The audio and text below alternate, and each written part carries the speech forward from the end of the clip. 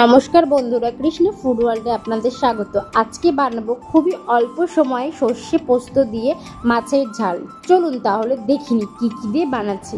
প্রথমেই দেখলেন 4টে আমি মাছ নিয়ে নিয়েছি। তারপরে নিয়েছি নুন, হলুদ, কালো সর্ষে, সাদা সর্ষে, কিছুটা পরিমাণ পোস্ত আর কিছুটা পরিমাণ চিনি। এটুকুনি দিয়ে আজকে আমাদের পুরো রান্নাটা কমপ্লিট করব। চলুন তাহলে দেখিনি কিভাবে করছি। প্রথমেই দেখুন আমি মাছটা ভালো করে নুন হলুদ মাখিয়ে নেব।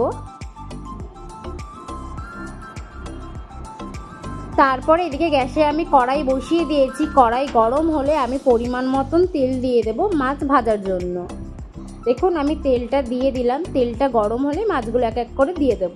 তেলটা গরম হয়ে গেছে, আমি মাছগুলো এক এক করে দিয়ে দিয়েছি। আমি একবারে দুটো করে মাছ বসাচ্ছি, আমি সবকটা একসাথে বসাচ্ছি না। আর এদিকে আমি মশলা বানানোর জন্য সর্ষে পোস্তটা আমি মিক্সিং জারের মধ্যে দিয়ে দিয়েছি। আর এদিকে আমার মাছটা ভাজা হয়ে গেছে, তুলে নিয়েছি। আর যে দুটো বাকি আছে সেই দুটো মাছ ভেজে নেব। সম্পূর্ণ মাছ আমার ভাজা কমপ্লিট। এবার চলুন গ্যাসে চলে যাই। আবার ওই কড়াইতে যে পরিমাণ তেল ছিল সেই পরিমাণে কিছুটা পরিমাণ কালো জিরে ও একটা কাঁচা লঙ্কা আমি দিয়ে দিয়েছি। তারপরে দিয়ে দিয়েছি বেটে রাখা মশলাটা দিয়ে এবার দিয়ে দেব সামান্য পরিমাণ নুন, সামান্য পরিমাণ হলুদ আর অল্প পরিমাণ দিয়েছি জল।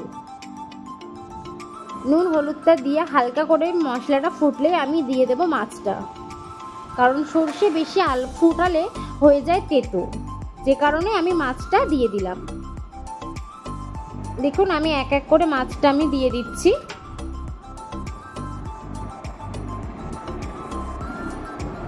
এবার মাছটা দেওয়ার পরে খুবই ভালোভাবে ফুটিয়ে নিতে হবে। এবার আমি সামান্য পরিমাণ চিনিও দিয়ে দিয়েছি। এবার ঝোলটা একটু ফুটে নিই। ঝোলটা দেখুন অনেকটা টেনে এসছে। তারপরে আমি ওপর থেকে দিয়ে দিলাম সামান্য পরিমাণ কাঁচা সর্ষের তেল। দেখুন আমার মাছটা হয়ে এসছে। এবার আমি এটা নামিয়ে ফেলবো।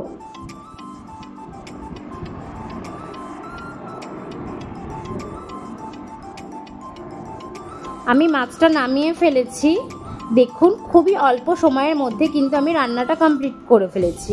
আমাদের ভিডিওগুলো যদি আপনাদের ভালো লাগে, like, comment, share and subscribe করতে ভুলবেন না কিন্তু।